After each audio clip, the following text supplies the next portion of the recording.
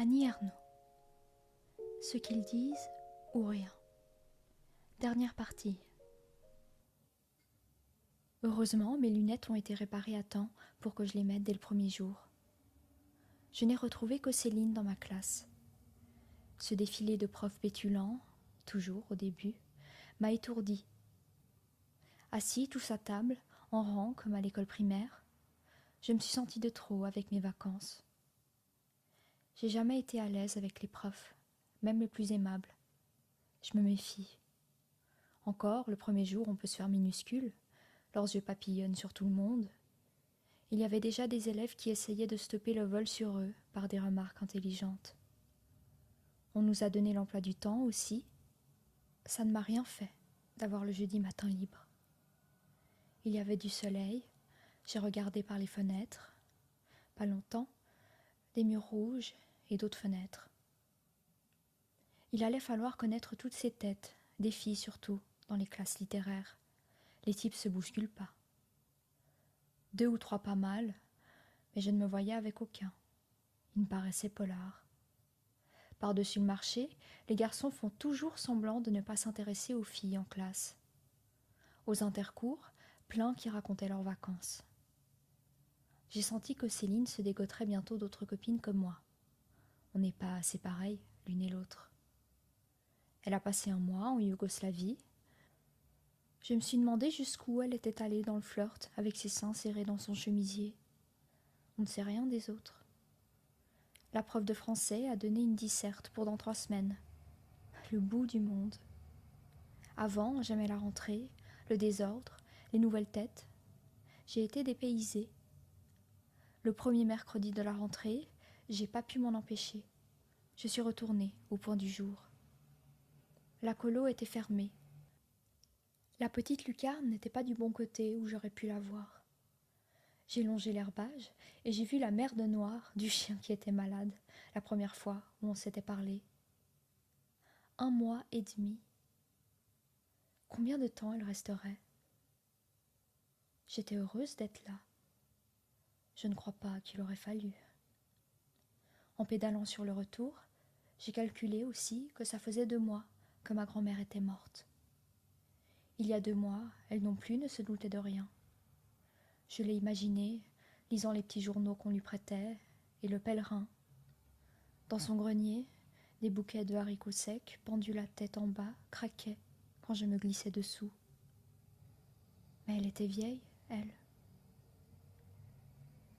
J'ai rencontré un des gars en vélomoteur, les copains de Gabriel, du mois de juillet dernier.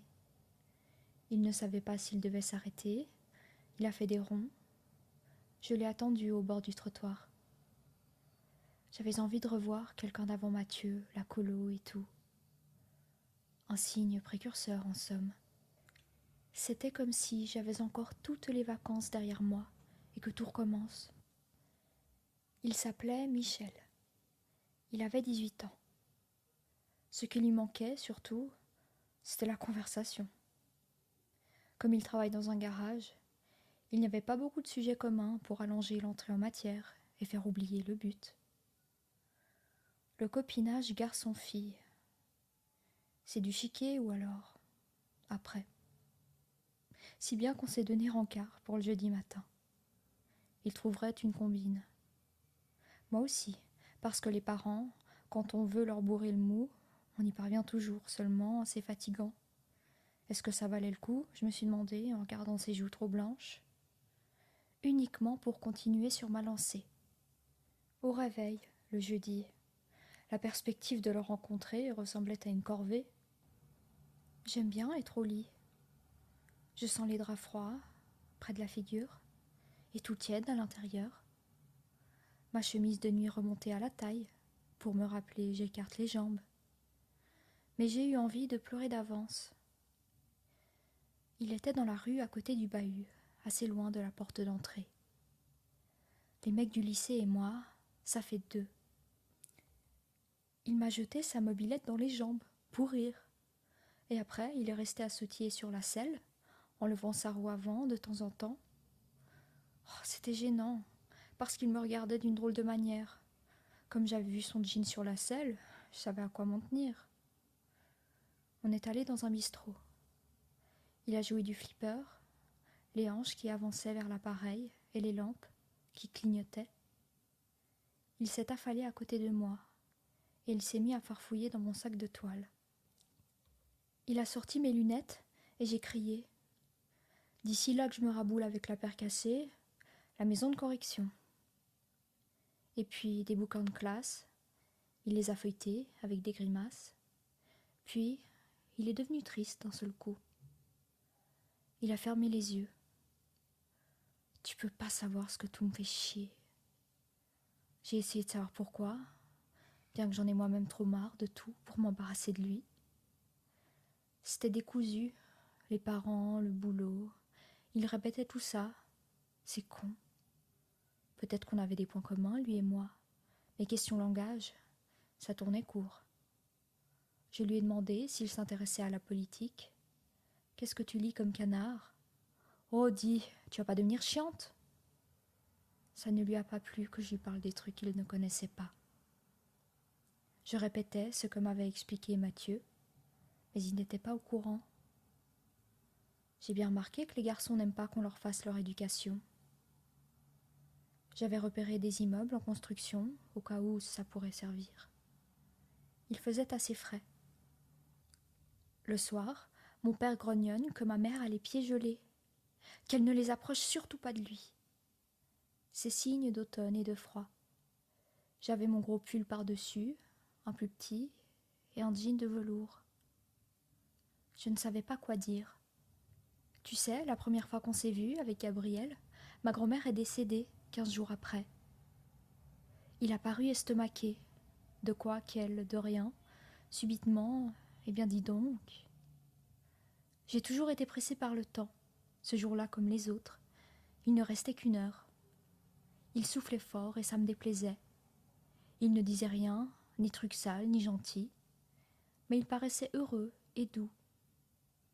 Aller avec n'importe qui, c'est ça suivant les parents. Je ne savais pas son nom, juste le garage où il travaillait. J'ai pensé, c'est parce que je suis trop habillée. Je ne sentais rien. J'ai trouvé ses mains froides sur mon cou, et puis, il y avait beaucoup de courant d'air dans cette espèce de salle en construction, où on était entré. Il est passé sous le gros pull, c'était pareil. J'avais envie de lui enlever les mains. Ce qui me dégoûtait surtout, c'était ses yeux fermés. Je sentais ça. Le sexe, il faut dire, le mot général. Oui, ça convenait bien cette fois-ci. Ça me faisait un peu mal au cœur. Je pensais au creux intérieur, et c'est comme si ça se serrait de très loin, du haut de l'estomac. C'était mon même jean qu'à la colo, la dernière fois. J'ai pensé au courrier des demoiselles d'âge tendre. Qu'est-ce qu'il faut faire quand on a envie de rien ? Si. Tu ne veux pas ? Alors ça, toutes les filles le font. Si t'étais infirmière. Il me dégoûtait de plus en plus. Je me suis écartée. Il faut rentrer, ma mère va encore me poser des questions. Il était dans tous ses états. Ça m'était égal, au contraire, je crois. J'ai tiré sur mon pull et je me suis recoiffée. Toucher sans plaisir. La solution ? Eh bien, voilà. On est revenu en nous tenant par la main jusqu'à la route. Comme je ne voulais plus le revoir, autant qu'on se quitte bien. J'ai sorti mon petit agenda secret au retour. J'ai écrit Michel sous Yann et Mathieu, avec la date. Jeudi 22 septembre. Samedi, en rentrant du bahut, ma mère a dit « T'as vu dans le journal qui c'est qui se marie ? Alberte Retou, que tu jouais avec elle, rue Césarine. » Même elle était déjà mariée. On la voyait sur la photo, en robe longue. Pas reconnaissable. Mon père a demandé « Qui elle prend ?» Un jeune homme du chemin de fer, mais dans les bureaux. Elle est bien rencontrée, on dirait. Ils avaient l'air satisfaits, comme quand ils trouvent que tout baigne dans l'huile, que rien ne pourrait être autrement, dans l'ordre. J'ai eu un cafard monstre en la voyant, Alberte. Encore une à qui je ne voudrais pas ressembler. Pourtant, on s'amusait ensemble. À qui mourait le plus longtemps sur l'herbe. Les 4 fers en l'air. Et puis, dis, tu me les montreras, tes serviettes pleines de sang ? Pas faucheton. Elle a tenu parole. Ce jour-là où le vieux Croumir, le voisin, on ne s'y attendait pas, 8 jours seulement qu'on habitait la maison. À cause de ça, peut-être, il avait cru possible, son plan d'illusion, les sadiques. Juste devant nous, au milieu de son jardin. On n'a pas peur, disait Alberte, très crâneuse. J'ai eu l'impression que c'était un appareil photo. Il avait les mains dans ses poches et il tirait sur les jambes de son pantalon. Elle hurlait. « Je vous dénoncerai aux gendarmes, vous verrez !»« Viens, Anne, c'est pas des lunettes à ton usage. » Alberte, qui voulait faire hôtesse de l'air, « Je m'appellerai Sandra », qu'elle disait. Elle apprenait pas bien à l'école. Elle a pas trop mal réussi, faut dire ce qui est. Sténo, elle gagnera bien sa petite vie, et son mari au chemin de fer. On était en train de manger la salade. Ils épiloguaient. Si c'est la même Alberte, elle riait. Quand j'aurai des enfants, je les mettrai dans le trou des chiottes. Si c'est encore elle, alors qui l'a fait changer? Mon père a crié. Ben quoi, tu n'as rien à dire que tu ne parles pas de tout le dîner? En classe, j'ai eu de plus en plus de mal à écouter. Au début, je trouvais tout facile, des trucs qui rappelaient l'année dernière, et j'étais bonne élève avant les vacances. J'ai eu une sale note en maths. Heureusement que mes parents ne la prendront qu'à la fin du trimestre. Au cours de physique, j'ai regardé le prof si froid, si intelligent, et moi lourde, les cuisses collées sous la table. Une loche. Il y a un conte comme ça. Des types proposent à un roi des mètres d'étoffe, et personne ne voit la couleur de cette fichue étoffe. Tout le monde admire quand même. J'étais pareil à ces pecnos de l'ancien temps. Pire, je crois que je suis seule à ne rien voir dans le déballage du prof. Allez voir, qu'est-ce qui les pousse, Céline, les autres? Pourquoi ils ont envie de poser des questions? Et je te gratte, je te réclame l'exposé. Oui, madame. Moi aussi je prends des notes, sinon on se fait remarquer. Quand je les relis, des hiéroglyphes. Est-ce que ça devient trop dur comme ils disent dans ma famille? Il faut avoir de la tête pour suivre. Au fond, la première étonnée d'avoir déjà pu suivre jusque-là, je croyais que je ferais le CET, comme Alberte. Longtemps, je pensais que je ne pouvais pas être aussi intelligente que Céline à cause de mon milieu simple. J'avais bien raison, la preuve. C'est mal parti pour faire institutrice. D'abord, c'est assistante sociale que je voulais. Je l'ai dit à mes parents, et ma mère a répondu que c'était pas soit. Aller se fourrer dans les taudis, les gens de toutes sortes, des rastaquouères, je t'y vois pas. Je me regarde à 8 heures dans la classe, comme s'il ne s'était rien passé, comme s'il n'y avait pas de différence entre nous, que l'intelligence, la petite flamme invisible, il n'y a pas de corps en classe, et le mien me remonte de partout. Je suis rentrée du lycée avec Céline, en discutant vaguement, les yeux droits sur la route. Avant, pas meilleure élève que moi, mais si unie, un bloc très lent, très brun. Elle ne doit pas avoir de problème chez elle. Ça doit ressembler à l'intérieur de l'oculiste, dans son appartement, vaste, ensoleillé, magnifique. Je me demande si ses parents lui tiennent le même baratin que les miens sur le travail, la conduite et tout. J'ai essayé de savoir. Oui, ils veulent que Céline décroche le bac, naturellement. Qu'elle fasse des études supérieures, ensuite, mais ça leur paraît tellement évident qu'ils ne l'attendent pas autant que les miens. Ce qui les rend chiants, mes parents, c'est qu'ils ont peur que je n'y arrive pas. Je peux de moins en moins la piffer, Céline. En marchant à côté d'elle, je me suis trouvée supérieure à elle, d'un seul coup. Avant cet été, je n'y aurais jamais pensé, parce que je sais plein de choses qu'elle ignore forcément. Le travail moche de mes parents, les fins de mois ric-rac et les vacances où on se traîne. Mais ça ne doit pas être une supériorité, puisque je n'oserais jamais lui en parler, à Céline. Pas plus que de ce qui a commencé de se produire début octobre. Voir le sang, quel bonheur j'ai toujours trouvé. On n'a pas besoin de se battre comme les garçons pour qu'il coule. Tranquille, sans violence, tous les mois. Cette fois, ça tardait. Un dimanche, il faisait très chaud. On est allé chez la tante Élise. Elle a dit à mon père: « Tu la maries quand, ta fille ?» « Elle a bien le temps, ma mère a ajouté. Les études d'abord. On court pas deux lièvres à la fois. J'ai souri gracieusement pendant cette conversation.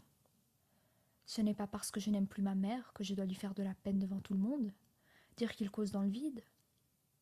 Il souriait aussi, content que l'ordre des lièvres soit respecté jusqu'à présent. Et c'est juste après, en mangeant le plat en sauce, il reparlait de Monique, ma tante toujours aussi chabraque. Et Daniel, on a beau dire, quand on est courageux, on trouve du travail, une tête brûlée. J'ai eu l'impression que je ne verrais rien ce mois-ci, et peut-être même les autres mois, que ça s'était arrêté, sans raison. Ils discutaient tous, j'avais la cervelle quadrillée de leurs mots. C'était comme une grande ombre qui descendait sur moi, comme les soirs de jeu, rue Césarine, l'espace rétréci, pas plus grand que le cul d'un verre sur cette table. Ça ne vaut plus le coup d'avoir mes règles. Ma tante a dit « T'as perdu ta langue, Anne ?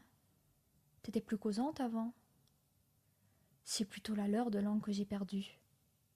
Tout est désordre en moi. Ça colle pas avec ce qu'ils disent. Mathieu, oui, il m'avait semblé, mais il vaut mieux ne pas penser à lui. J'ai peur de devenir ma boule. Le soir, elle m'a reproché de trop manger. Qu'est-ce qu'on pense de toi ? Il faut toujours sortir de table avec une impression de faim. On soupait chez nous. Elle a ramassé ses miettes et les a jetées au milieu de son assiette nettoyée, comme propre. Mon père était déjà devant son film. Dis donc, t'as rien vu encore ce mois-ci ? Ben non. Comment ça se fait que tu sois détraquée ? Tous les jours après, elle m'a redemandé, sans un sourire, sans un mot gentil. En présence de mon père, elle changeait de conversation. Elle ne doit plus m'aimer non plus. Je savais bien qu'elle me traînerait chez le père Douillette, le samedi suivant, qu'elle ne pensait qu'à ça. Je ne craignais rien, malgré qu'il y ait toujours un petit doute. On racontait tellement de trucs incroyables, Albert et moi, qu'on pouvait avoir un bébé rien qu'en se touchant, et dans les journaux, que d'être enceinte n'arrêtait pas forcément tout dans la mécanique. Dans la salle d'attente, elle n'a pas lu un seul des journaux étalés sur la table. Il fait froid chez Louvel. C'est pas très luxueux. Il y a juste une armoire sculptée, un peu bouffée. Il paraît que ça vaut cher. On n'aime que le neuf à la maison. Elle avait les pieds rentrés à l'intérieur, les mains sur le sac, comme chez l'oculiste. Forcément, encore un truc pour mon bien. Que tout marche droit, l'ordre. Peut-être qu'elle y croit aussi à l'harmonie. Plus pour elle, la pauvre, mais pour moi. J'ai eu une image d'elle d'un seul coup. C'était à Vol-les-Roses, avec la tante de Monique et Daniel. J'avais 7 ans. Elle portait une robe à fleurs rouges, elle riait fort, on pêchait des moules dans les flaques du sable. Elle a tellement ri qu'elle a dû laver sa culotte dans la mer, à cause du pipi. Dans un café de la plage, elles boivent des apéritifs et on mange des gâteaux, des religieuses, que Daniel va chercher à la boulangerie à côté. Elle rit pliée en deux, et les apéritifs font des éclairs. Cette image, loin des mots, des principes qu'elle a maintenant, pas se faire remarquer, boulonner, pas riche, mais comme il faut. Qu'est-ce qu'elle connaît des gens bien, à part les maisons vues du dehors, les salons à la télé, les nénettes qui passent devant chez nous le dimanche, sur leur bourrin.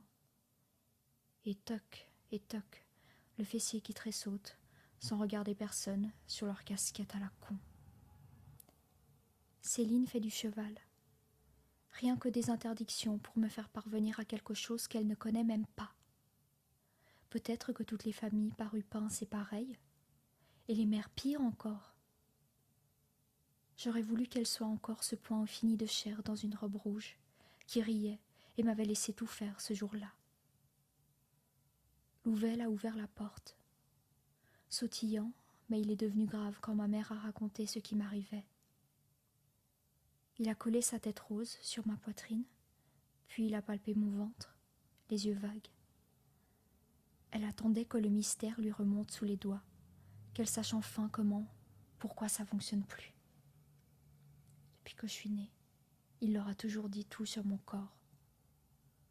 Je regardais sa tête, qui me paraît plus petite qu'autrefois, pour m'ausculter. Il se contorsionne sur sa chaise. J'étais sûre tout de même qu'il ne trouverait rien. Bien nus tous les deux. S'il avait pu lui dire la seule chose qui l'intéresse au fond, est-ce qu'elle est vierge? Vous avez le droit de vérifier. Ça même, elle ne pourra pas le sortir. Il faudrait qu'il s'en charge, qu'il la comprenne à ses yeux fixes. Il a été prudent, peut-être qu'il ne voulait pas d'histoire. Simple aménorrhée, chère madame, très fréquent chez les jeunes filles. Quelques comprimés et tout rentrera dans l'ordre. Elle n'avait pas bien saisi le mot. Il lui a traduit et elle n'a pas paru soulagée. Mais enfin, quelle raison, docteur? Des soucis, les études. C'est l'âge où on se tracasse, vous savez. Il faisait son malin, le coup de la crise d'adolescence, pour tout le monde pareil. J'aurais préféré qu'il n'explique rien de moi à ma mère. Elle allait le croire forcément. Elle a donné ses sous avec moins de rapidité qu'à l'oculiste. J'ai eu l'impression qu'elle était déroutée, malgré tout. Quelque chose de moi qui lui échappe. S'il le faut, elle a dit, le seuil passé, on ira voir un spécialiste. Je te laisserai pas comme ça. Faut que tu sois normal. On va pas en parler à ton père. Il se ferait du souci. Koltoubib et elle. On ne s'est pas dit un mot en revenant. J'ai déjà pris une boîte de comprimés sans effet. Ça va de moins en moins bien au lycée. J'ai critiqué le prof de physique, chez moi. Il ne supporte pas. Il en sait plus long que toi, ton prof. Alors je préfère encore la rechambre. Les rebouquins pour la frime, ça ne m'intéresse plus.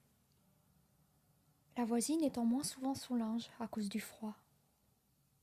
J'aime bien rester en ville après les cours. Possible seulement quand ma mère est à la petite vitesse. Il y a tout le temps des types qui ressemblent à Mathieu. Des cheveux longs et blonds, une moto. Je cours, il se retourne, je m'arrête. S'il savait au moins qu'il lui ressemble, on pourrait s'entendre. Je les suivrais bien, rien qu'à cause de la ressemblance. Mais ce n'est pas cet air-là qu'ils ont. Ils pensent que je leur cours après. J'ai pensé à un livre qu'on avait fait en 3e. Le Grand Maulne. Un type qui cherchait, mais ce sont toujours les garçons qui déambulent le nez au vent dans les livres. La Grande Maulnesse. Ça ne m'a pas fait rire. Je ne veux plus revoir Michel. J'aime bien fumer, le problème, c'est de trouver les sous. J'ai réclamé plus pour mon dimanche. Mon père a tiqué. Où ça passe tout ça? Vivement que tu gagnes ta vie, que tu te rendes compte de la valeur des choses. Il vaudrait mieux qu'on ne l'apprenne avant, ce serait plus utile. C'est en classe que le monde m'apparaît le plus brillant, lointain. Je me demande si j'ai vécu ces vacances, si j'ai bien couché avec Mathieu, et puis un peu Yann et Michel. La différence entre oui et non me semble minuscule, peut-être parce que je suis en seconde, comme prévu, que la prof demande le prochain devoir pour dans 8 jours, la même date pour tout le monde. Ça fait perdre les pédales de la réalité quand tout paraît immobile autour de soi. Je préférerais être vraiment zonzon. On me soignerait, dodo toute la journée, on m'apporterait à manger sur un plateau, des belles montagnes, comme dans les photos de sanatorium, des disques, plus bougés. Ou la révolution de Mathieu.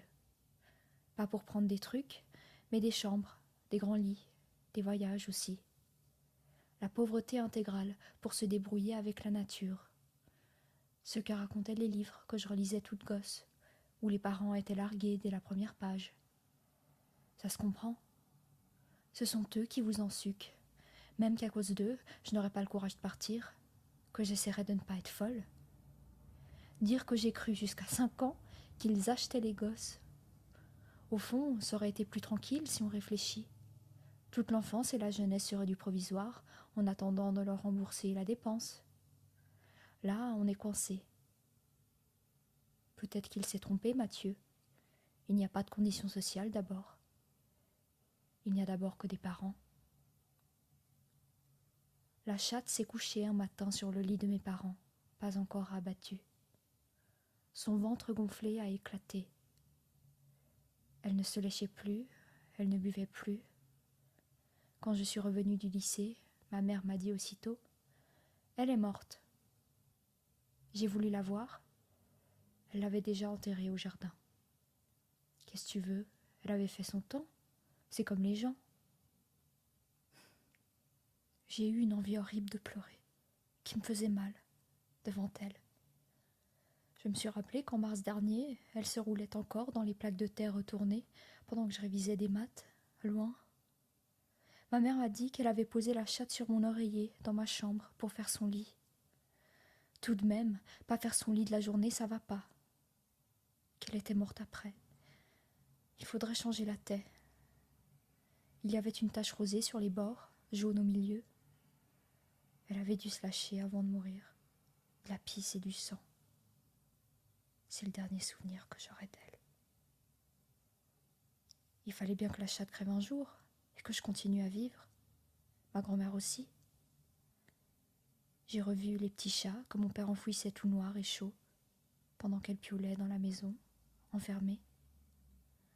Je les ai ressortis un jour, rue Césarine. Ils étaient hérissés de terre. J'ai été heureuse 5 minutes, puis il est arrivé.